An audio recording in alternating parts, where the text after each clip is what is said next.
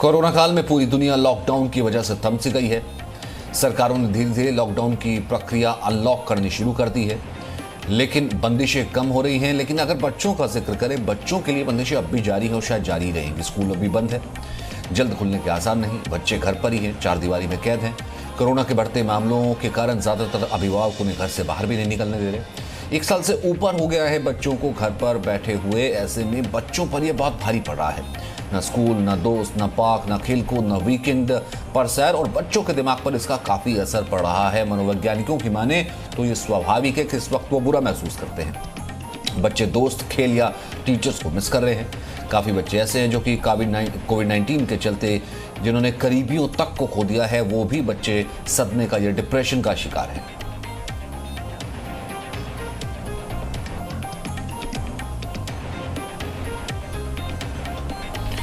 क्या देश का भविष्य खतरे में है? और यह सवाल इसलिए क्योंकि कोरोना काल में बच्चे अब मानसिक बीमारियों का शिकार हो रहे हैं। इसकी स्टडी के मुताबिक देश में 75% से ज्यादा बच्चों पर कोरोना का नेगेटिव इंपैक्ट हुआ है।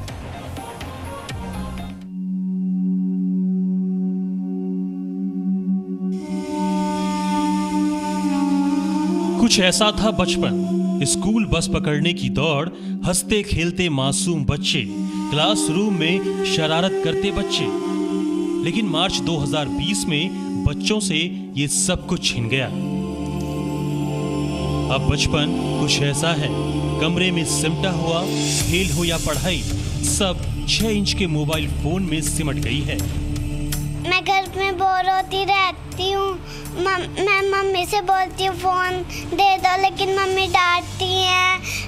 मैं मम्मी पापा से बोलती हूँ चलो नीचे चले, लेकिन अब कोरोना वायरस हो गया है, हम नीचे नहीं जा सकते हैं।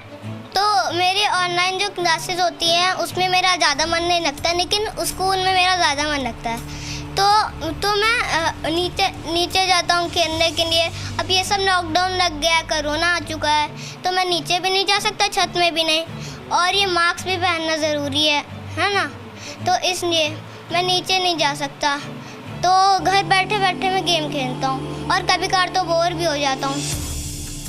पिछले करीब 1.5 साल से बच्चे ऐसे ही ऑनलाइन क्लासेस कर अपनी पढ़ाई कर रहे हैं, ऐसे ही खेल रहे हैं। बच्चों का कितना ज्ञान बढ़ा ये तो शायद ही कोई बता पाए, लेकिन इस दौरान बच्चों में काफी कुछ बदल गया है। देश की सबसे बड़ी चिकित्सा संस्थान एम्स की स्टडी यही बता रही है। बच्चों पर किए गए शोध के मुताबिक बच्चों में साइकोलॉजिकल बीमारी तेजी से बढ़ रही है। एम्स के डॉक्टरों ने तकरीबन 15 स्टडी का एक मेटा एनालिसिस किया, जिसमें तकरीबन 22,996 बच्चों पर शोध किया गया है। एम्स के शोध के मुताबिक 34.5% बच्चों में घबराहट की बीमारी बढ़ गई है। 41.7% बच्चों में डिप्रेशन की शिकायत बढ़ी है। इसके अलावा 42.3% बच्चों में चिड़चिड़ापन की बीमारी बढ़ गई है। 30.8% बच्चों में आनाकानी करने की समस्या देखी गई है। कुल मिलाकर 79% बच्चे कोरोना से मानसिक तौर पर प्रभावित हुए हैं, लेकिन 22% ऐसे हैं जो कोरोना वायरस से डरे हुए हैं।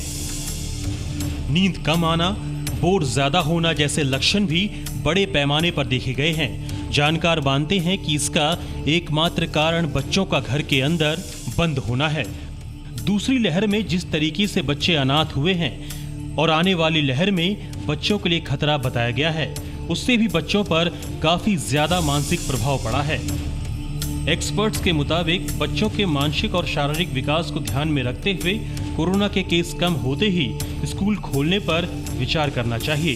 केंद्रीय शिक्षा मंत्रालय ने कहा है कि स्थिति को देखते हुए राज्य सरकारें फैसला ले सकती है।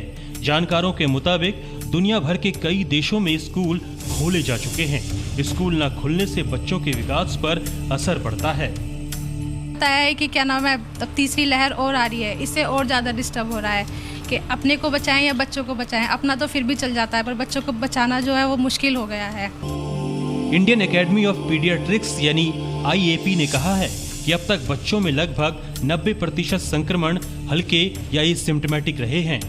भारतीय बाल रोग अकादमी ने कहा है कि इस बात के सबूत नहीं मिल रहे हैं कि कोरोना की तीसरी लहर में बच्चों के लिए खतरा ज्यादा है।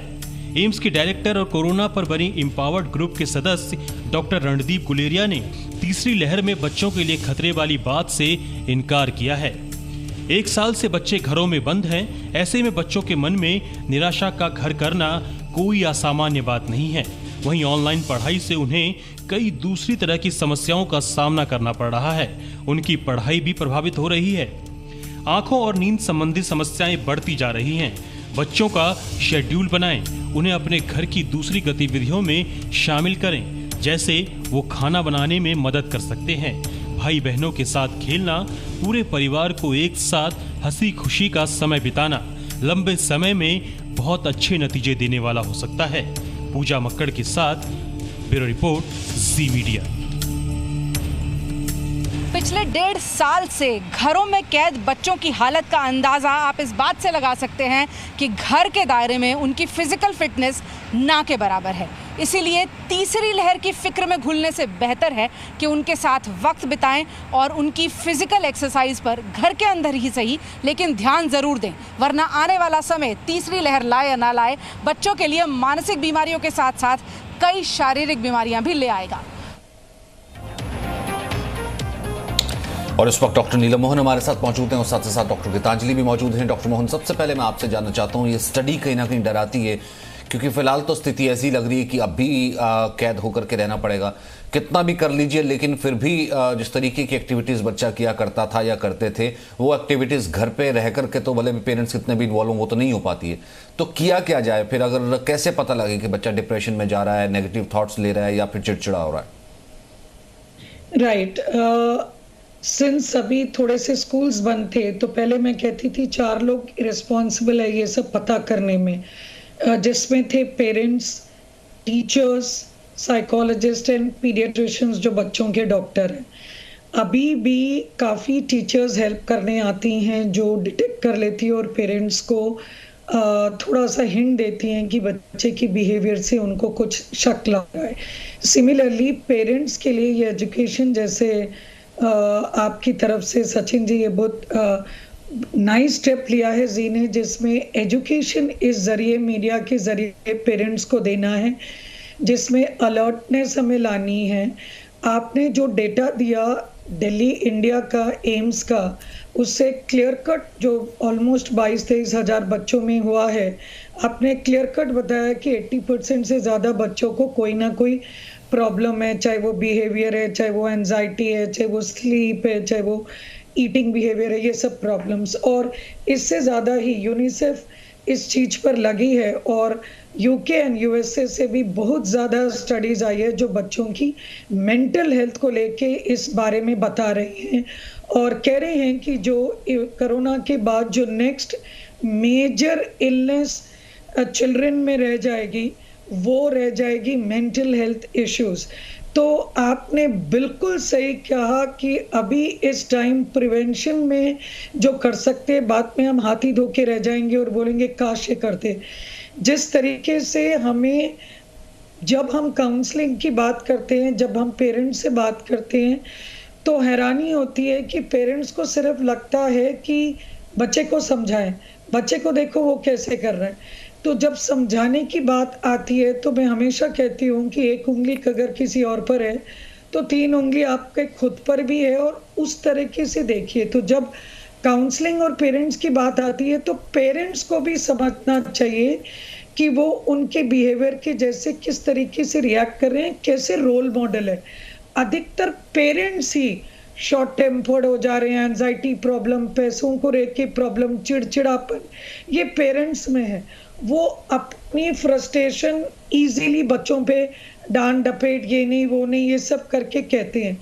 तो जैसे पूजा मक्कर ने बताया कि फैमिली टाइम में क्वालिटी टाइम, ये नहीं कि आपको 24 घंटे बच्चे के साथ है, बट उस क्वालिटी टाइम में एक बार ही समझें कि वो बच्चा अगर कुछ कह रहा है तो वो क्यों कह रहा है और उसके लिए आप उसको किस तरीके से समझाएं या आप उससे किस तरीके से सहमत हुए।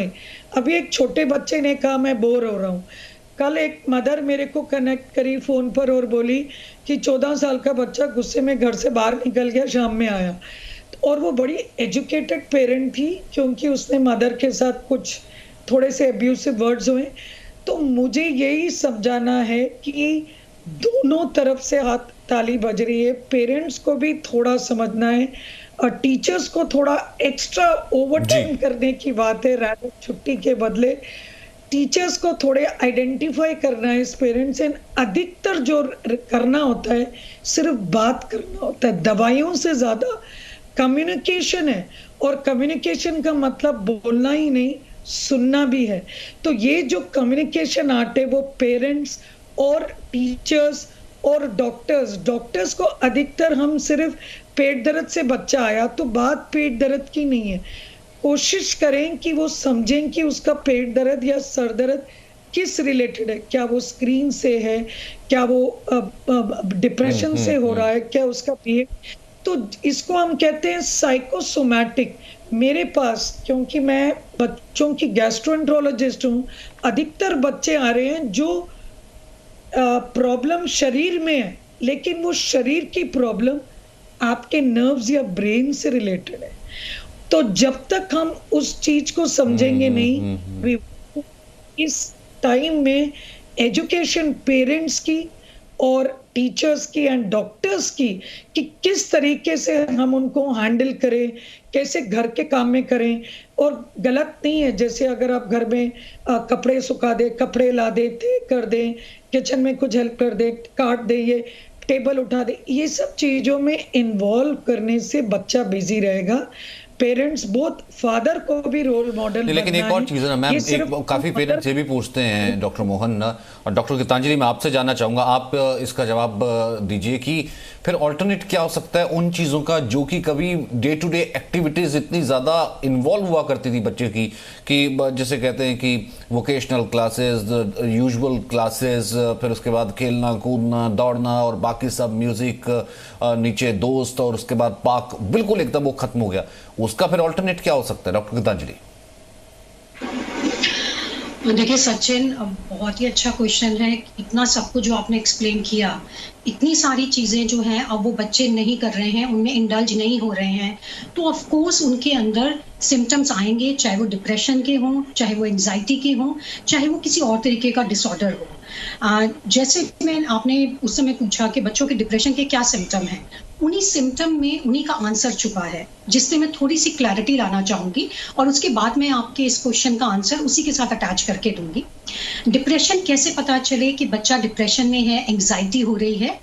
वो इस तरीके से पता चलता है जब बच्चा बहुत होपलेस महसूस कर रहा है, हेल्पलेस महसूस कर रहा है, वर्थलेस महसूस कर रहा है, लोनलीनेस है उसके अंदर, सैडनेस है, परसिस्टेंट सैडनेस है, लाइफ की चीज़ों को एंजॉय नहीं कर पा रहा जैसे एक नॉर्मल लोग एंजॉय कर पाते हैं। उसके खाने में फ़र्क है, या तो भूख बहुत ज़्यादा लग रही है या बिल्कुल नहीं लग रही है, नींद या तो बहुत ज़्यादा आ रही है या बिल्कुल नहीं आ रही है, या तो वेट लॉस हो रहा है या वेट गेन हो रहा है, वो सबसे कटा कटा रहता है, बहुत जल्दी इरिटेट हो जाता है, फ्रस्ट्रेट हो जाता है बच्चा, या तो बहुत देर सोया रहता है और किसी का या तो जवाब नहीं देता या गुस्से में जवाब देता है। जैसे डॉक्टर नीलम ने बताया, बच्चे एब्यूजिव भी हो जाते हैं और कॉन्स्टेंटली बच्चा इरिटेटेड है और आप उससे कम्युनिकेट नहीं कर पा रहे और बच्चा खोया खोया रह रहा है। तो इसमें से ये सब सिम्टम डिप्रेशन की तरफ इशारा करते हैं। कई बच्चों को पेट में प्रॉब्लम होती है, जैसे डॉक्टर नीलम ने भी बताया, हमारा जो मेन हार्मोन है जिसके लैक से डिप्रेशन होता है, दैट इज सेरोटोनिन। सेरोटोनिन गट का जो है मेनली गट में बनता है, और अगर आपकी गट हेल्थ अफेक्टेड है, बच्चे को या तो एसिडिटी हो रही है, गैस हो रही है, डाइजेशन नहीं हो रहा है, कॉन्स्टिपेशन हो रहा है, डायरिया हो रहा है, या इरिटेबल बाउल सिंड्रोम उसका डिटेक्ट हुआ है, तो ये सब चीज़ें भी साइकोलॉजिकली कनेक्टेड हो सकती हैं या डिप्रेशन से कनेक्टेड हो सकती हैं। अब जैसे मैंने इन सब सिम्टम्स का बताया, इसी सिम्टम्स में हमें बच्चों का सॉल्यूशन ढूंढना है। एक सॉल्यूशन, जैसे आपने बोला, फिजिकल एक्टिविटी। अगर बच्चा फिजिकल एक्टिविटी करता है तो सेरोटोनिन इंक्रीज होता है, डिप्रेशन से लड़ने की क्षमता बढ़ती है। बट अब क्लोज एनवायरनमेंट में हम फिजिकल एक्टिविटी कैसे करें? देखिए, अगर हमारे पास बालकनी है, गार्डन है, टेरेस है, तो हम बहुत फॉर्चुनेट हैं, हम उसमें ही कोई ना कोई गेम खेल सकते हैं, चाहे वो बैडमिंटन है, चाहे वो टेबल टेनिस है, चाहे वो सिर्फ पकड़ पकड़ाई है, या छोटी छोटी चीज़ें हैं जो पहले बचपन में बच्चे खेलते थे, एक स्टापू खेलना या एक खो खो खेलना, जो एक बहुत नॉर्मल सी छोटी छोटी गेम्स हैं। कुछ और नहीं तो गार्डनिंग करना, दूसरा, घर में रह के अपनी फिजिकल एक्टिविटी कैसे करना। अगर आप मॉपिंग और क्लीनिंग कर लेते हैं, अगर आप यूटेंसिल्स वॉश कर लेते हैं, अगर आप क्लोथ्स वॉश करते हैं, ऑफ कोर्स बच्चों को इनमें इंटरेस्ट नहीं आएगा, हमें इंटरेस्ट जगाना पड़ेगा उनके साथ इन्वॉल्व होके, शायद ये दिखा के पेरेंट्स को कि हमने हेल्प चाहिए। जब बच्चे ये समझते हैं कि पेरेंट्स हेल्पलेस है, उन्हें हेल्प चाहिए, तो बच्चा अपनी हेल्पलेसनेस से बाहर निकलता है। दूसरी चीज, जो बच्चे होपलेस महसूस कर रहे हैं, तो बहुत जरूरी है बच्चों को होप देना कि ये नेवर एंडिंग सिचुएशन नहीं है, ये टेम्परेरी सिचुएशन है, बहुत जल्द हम वो सब कुछ कर पाएंगे जो पहले कर रहे थे। उसके बाद जो बच्चे हेल्पलेस महसूस कर रहे हैं, हेल्पलेसनेस कि हम कहीं जा नहीं सकते, कुछ कर नहीं सकते, सब कुछ रिस्ट्रिक्टेड है, तो बच्चों को हमें कॉन्फिडेंस देना है, बच्चों को स्ट्रेंथ देनी है कि अगर आप वो नहीं कर पा रहे तो और आप क्या कर सकते हैं। तो कॉन्स्टेंटली पेरेंट्स का बच्चों के साथ एंगेज रहना बहुत ज़रूरी है। मैं समझती हूँ ये मुश्किल है क्योंकि आपके पास और बहुत सारी चीज़ें हैं, आपको अपनी जॉब भी करनी है, हाइजीन का ध्यान रखना है, मेड्स नहीं है तो कुकिंग करनी है, बट अगर वो चीज़ें इंपॉर्टेंट हैं तो मैं कहूँगी सबसे ज़्यादा इंपॉर्टेंट है parenting. If parenting fails then everything fails. अगर एक बच्चे को हम एक कॉन्फिडेंट और एक हैप्पी इंडिविजुअल में नहीं कन्वर्ट कर पाए और बच्चा एडल्ट होके अपने बचपन की तरफ अगर निराशा से देखता है तो उसकी पर्सनालिटी में जरूर कोई ना कोई इशू आएगा। क्योंकि बहुत छोटी छोटी चीजें बहुत ज्यादा इम्पैक्ट है, बहुत ज्यादा उसकी चीजों को जो इम्पैक्ट करती है, इसलिए बहुत जरूरी है जो आपने चीजें बताई, जो स्टेप बताए वो करने के लिए। बहुत बहुत शुक्रिया, मेरे पास वक्त इतना ही है आप दोनों के लिए। Presenting B News app available on Google Play and App Store. Download it now.